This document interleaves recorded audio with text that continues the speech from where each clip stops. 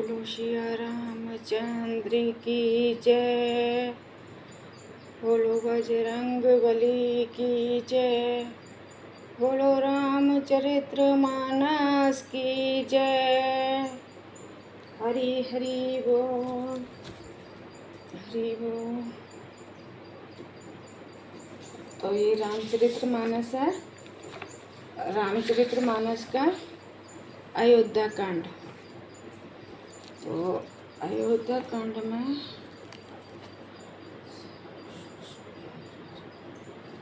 अयोध्या कांड में 23वां श्लोक का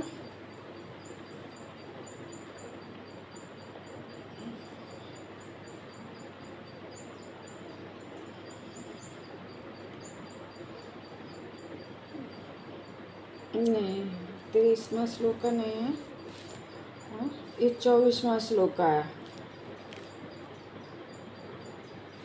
24वां श्लोक का है अयोध्या कांड का 24वां श्लोक का।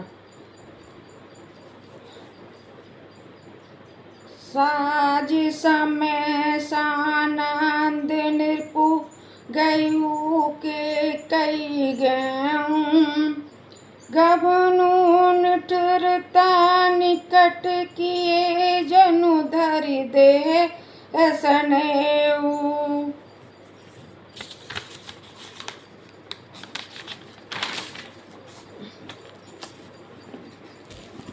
संध्या के समय राजा दशरथ आनंद के साथ कैकेयी के महल में गए, मानो साक्षात इसने ही शरीर धारण कर निष्ठुरता के पास गए।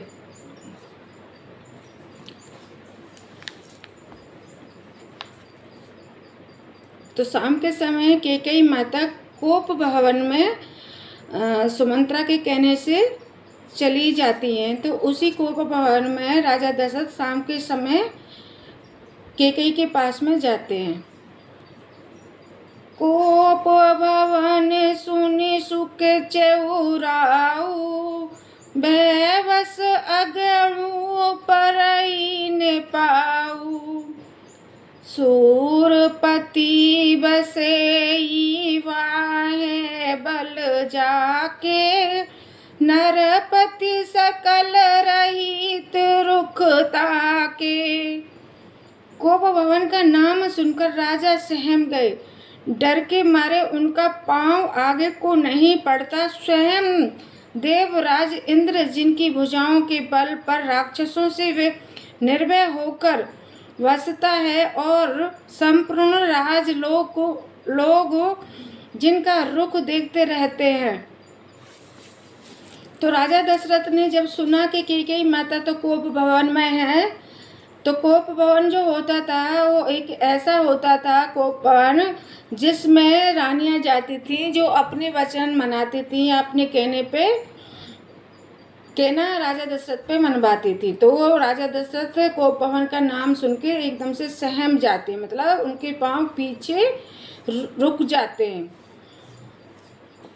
सो सुनी तेरस गयु सुखाई देखो काम प्रताप बढ़ाई।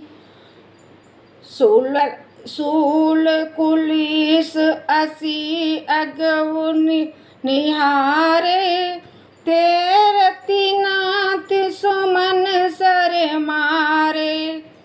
वही राजा दशरथ स्त्री का क्रोध सुनकर सूख गए।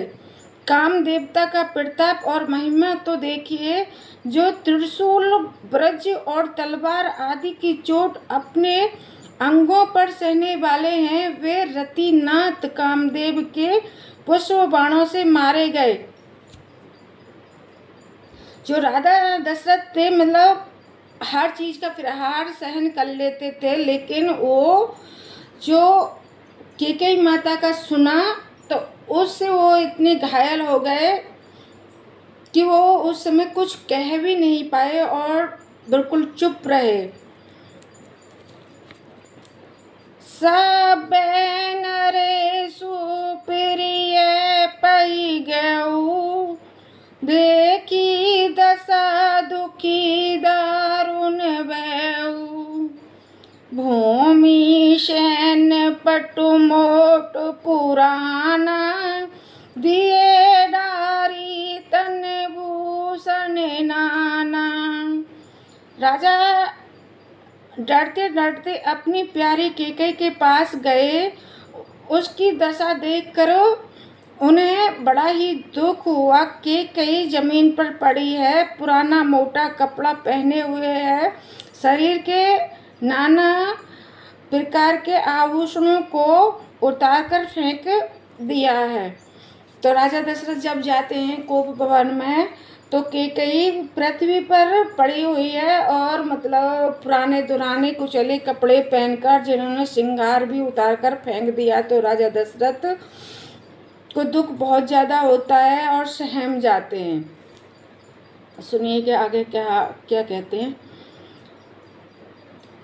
कुमति कसी कुवैसता फाबी, अनहि बातु सुच जनु भावी। जाई निकट नरपुकहि मृदु वाणी, प्राण प्रिय कहिए तुर रीशानी। उस दुबुद्धि केकई को यह कुवैसता बुरा वेश कैसी फब रही है, मानो भावी विधवापन की सूचना दे रही हो। राजा उसके पास जाकर कोमल वाणी से बोले, हे वे प्राण प्रिय, किसी के लिए रिसाई रूठी हो। तो राजा दशरथ ने जब केकई माता को देखा, तो केकई माता ने विधवा जैसा भेष अपना बना रखा है। तो राजा दशरथ ने बड़ी प्यारी वाणी से बोला, बहुत निर्बल वाणी से बोला कि हे प्राणों से प्यारी, आप किस लिए रूठी हुई हो। तो ये छंद है। कही है तो रानी रिशानी, पर सत पानी पति ने वारई। मानु सरोस भुवांग भवानी, विषय में भाती निहारी। दो वासना रसना दसन बर मरबु ठारू देखी। तुलसी नृपति भवत व्यता, बस काम को तुक लेखा। हे रानी, किस लिए रूठी हो। यह कहकर राजा उसे हाथ से स्पर्श करते हैं, तो वह उनके हाथ को झटक देती है और ऐसे दिखाती है मानो क्रोध में भरी हुई नागनी क्रूर दृष्टि से देख रही हो। दोनों वरदानों की वासनाएं उस नागनी की दो जीभें हैं और दोनों वरदान दांत हैं।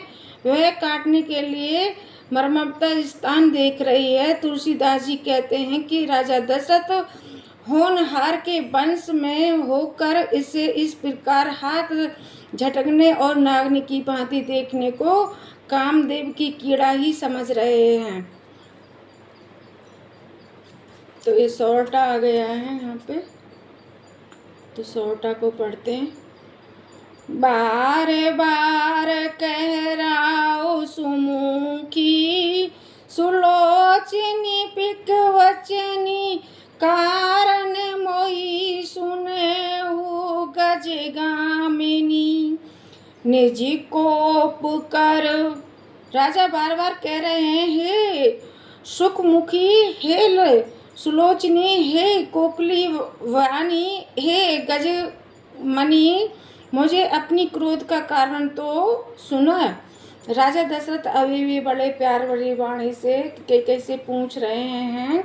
बहुत अनेक प्रकार के नाम रखे हैं राजा दशरथ ने केकई के, कि मतलब अपने क्रोध का कारण तो मुझे बताओ कि क्यों इतनी क्रोध में हो, जो नागनी सी लग रही हो, सिर्फ काटने का समय देख रही हो। अनहित तोरे प्रिय कई कीना, कई दुई सिर की जमू जहलीना। कहू कई की करो नरेशु, कहू कई नर पई निकासो देशु। हे प्रिय, किसने तेरा अनिष्ट किया? किसके दो सिर हैं? यमराज किसको लेने अपने लोक को ले जाना चाहता है? कह किस कंगाल को राजा कर दूं या किस राजा को देश से बाहर निकाल दूं? ये राजा दशरथ कैकेयी माता से कहते हैं। सांक्यू तोर अरी एमरू मारी, काहे कीट पूरी नर नारी। जाने सी मोर सुभाऊ, बरऊ मनु तब आनंद चांद चकोरू। तेरा शत्रु अमर देवता भी हो तो मैं उसे भी मार सकता हूँ। बेचारे कीड़े मकोड़े सकीरे नर नारी तो चीज ही क्या है। हे सुंदरी, तू तो मेरा स्वभाव जानती है कि मेरा मन सदा तेरे लिए मुख्य रूपी चंद्रमा का चकोर है। ये राजा दशरथ कैकेयी माता से कहते हैं कि तेरे लिए तो जो देवता भी हैं या नर नारी भी हैं तो उनके भी मैं प्राण ले सकता हूँ। पेरिया प्राण सुत सरबसु मोरे, परिजन प्रजा सकल बस तोरे। जो कहू जो कुछ कहो कपटु करी तो ही, भवानी राम शपथ सत्य मोई। हे प्रिय, मेरी प्रजा कुटिलवी सर्वस्व संपत्ति पुत्र यहाँ तक कि मेरे प्राण भी, ये सब तेरे बस में है अधीन है। यदि मैं तुझसे कुछ कपट करके कहता हूँ तो हे भवानी, मुझे 100 बार राम की सौगंध है। राजा दशरथ सौगंध राम की कभी नहीं खाते थे, लेकिन कैकेयी माता से को मनाने के लिए वो बार बार राम की सौगंध खा रहे हैं। वही है सीमा गुमन भावती वाता, भूषण सजई मनोहर गाता। घरी कुघरी समझू जिए देखूं, बह गई प्रिया परी हरि कुबैसू। तू हंसकर प्रसन्नता पूर्वक अपनी मनचाही बात मांग ले और अपने मनोहर अंगों को आभूषणों से सजा। मौका विमौका तो मन में विचार कर देख। हे प्रिय, जल्दी इस बुरे वेश को त्याग दे। राजा दशरथ कैकेयी माता को समझा रहे हैं कि तू कुछ भी हंसकर मुझसे मांग सकती है, लेकिन अपने बुरे वेश को त्याग दे और आभूषण अपने बदन पर सजा ले। मंगल भवन अमंगल हारी, दीर्घायु सुदशरथ अजर बिहारी।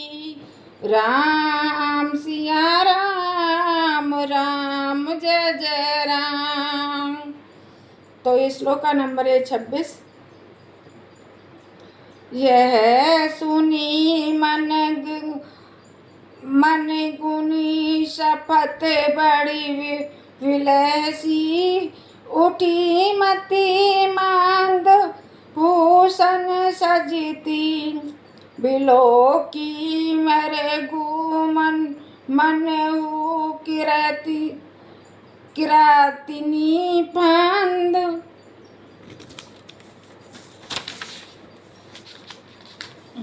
यह सुनकर और मन में राम जी की बड़ी सौगंध को विचार कर मंद बुद्धि के हंसती हुई उठी और गहने पहनने लगी, मानो कोई भेलनी मृग को देखकर फंदा तैयार कर रही हो।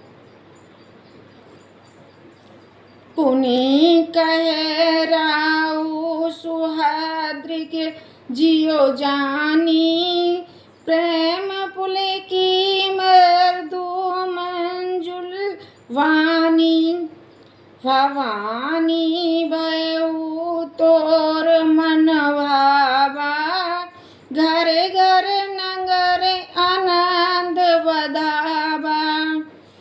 अपने जीव में कैकेयी को सुहृद जानकर राजा दशरथ जी ने प्रेम से पुलकित होकर कोमल और सुंदर वाणी से फिर बोले, हे भवानी, तेरा मन चीता हो गया।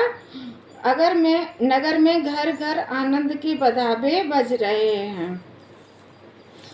तो कैकेयी माता को पता था कि प्रभु राम दशरथ जी को कितने प्यारे हैं। जब प्रभु राम की राजा दशरथ ने सौगंध 100 बार खा ली तो कैकेयी माता समझ गई कि राजा दशरथ प्रभु राम की सौगंध झूठी नहीं खाते हैं। अब तो मन चाहा मुझे वरदान मिल ही जाएगा। राम ही देव काली जुबराजू, सजई सुलोचनी मंगल साजू। दल की उठे सुनी हृदय कठोरू, जनु छुई गयु पाक बर तोरू। मैं कल ही राम को युवराज पद दे रहा हूँ, इसलिए सुनयनी तुम मुखमंडल साज सजा। यह सुनते ही उसका कठोर हृदय दलक उठा, फटने लगा, मानो पकड़ा हुआ वाल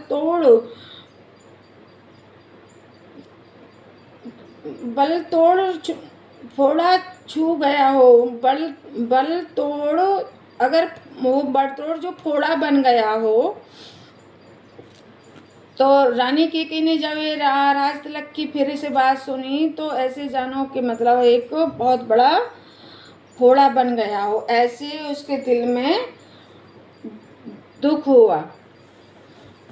ऐसे पीर वही सीते गोई, चोर नारी जिमी पेरे घटी ने रोई। लखन ही ने भूप कपट चतुराई, खोटी कुटिल मनी गुरु पढ़ाई।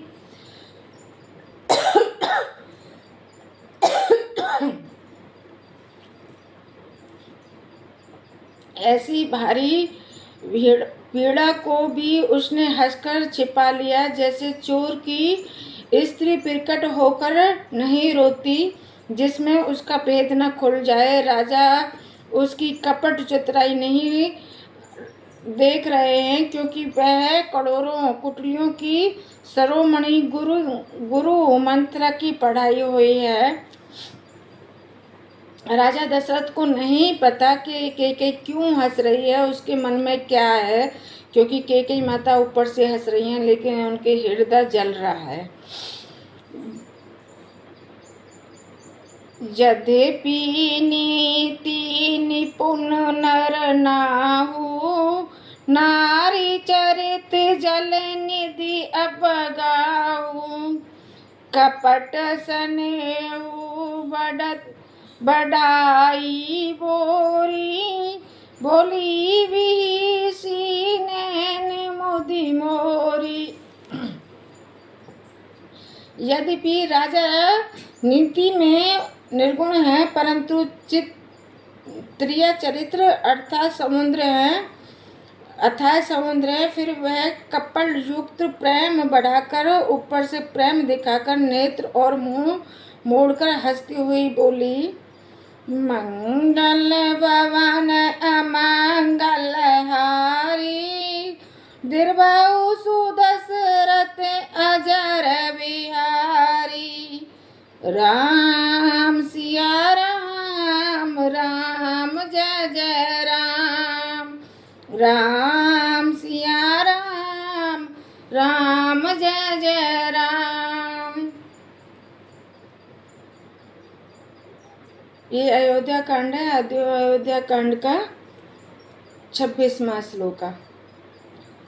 मांगू मांगू पे कहू पिया, कबहू न देऊ न लेऊ। देन कहूँ वरदान दुई, देऊ पावत संदेऊ। हे प्रियतम, आप मांग मांग तो कहते रहते हैं, पर देते लेते कभी कुछ भी नहीं। आपने 2 वरदान देने को कहा था, उनके भी मिलने में संदेह है। जाने उमर मुराऊ हसी कही, तुम्हें ही को हारब परम प्रिय एही। धाती रखी ने माही गुकाऊ, बिसरी गऊ मोही भोर स्वभाव। राजा ने हंसकर कहा कि अब मैं तुम्हारा मर्म मतलब समझा। मने करना तुम्हें परम प्रिय। तुमने उन वरों को थाली रख कर फिर कभी मांगा ही नहीं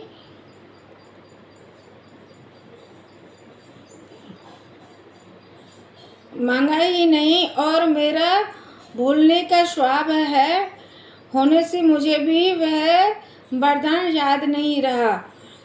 तो राजा कैकेयी ने 2 वरदान मांगे थे। राजा दशरथ ने 2 वरदान दिए थे, तो राजा कैकेयी ने वो वरदान राजा दशरथ के पास ही सुप्रीत रख दिए थे कि वक्त आने पर मैं मांग लूँगी।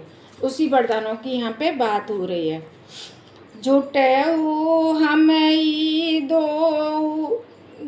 दो सूजन देऊ के चरी मांगी मुकुलेऊ। रघुकुल रीत सदा चली आई, प्राण जाऊ बरु वचन न जाई।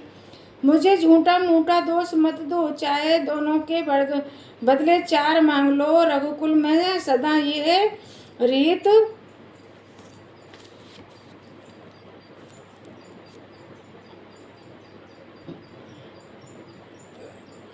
रीत चली आई है कि प्राण भले ही चले जाएं पर वचन नहीं जाता।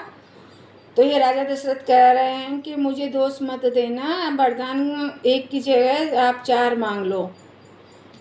नहीं असत्य समपातक पूजा, गिरी समय सम होई के कुटिक गूंजा। सत्य मूल सब सुकर्त सुहाई, वेद पुराण विदित मनु गाई।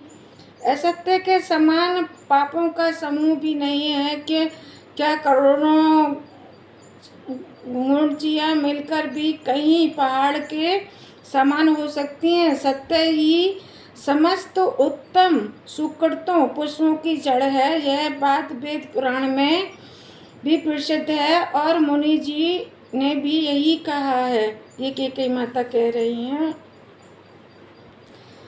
तही पर राम संपत करियाई, सुकर्त सने अवधि रघुराई। बात दरंडाई कुमति हसी बुलाई, कुमत कुबहग कुलई जनु कोली। उस पर मेरे द्वारा श्री रामचंद्र जी की शपथ करने में आ गई। मुंह से निकल पड़ी श्री रघुनाथ जी मेरे सुकृत पुष्प और स्नेह की सीमा है। इस प्रकार बात पक्की करके दो बुद्धि के कई हंसकर बोली, मानो उसने कुवैत बुरे विचार रूपी दुष्ट पक्षीबाज को छोड़ने के लिए उसकी कुल्हाड़ी आंखों पर दे मारी।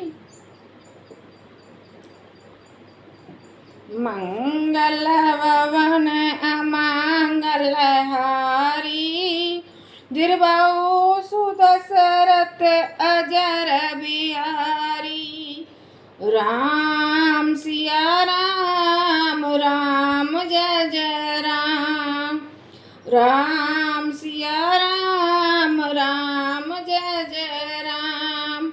बोलो सिया रामचंद्र की जय, बोलो बजरंग बली की जय, बोलो रामचरित्र मानस की जय। हरि हरि बोल।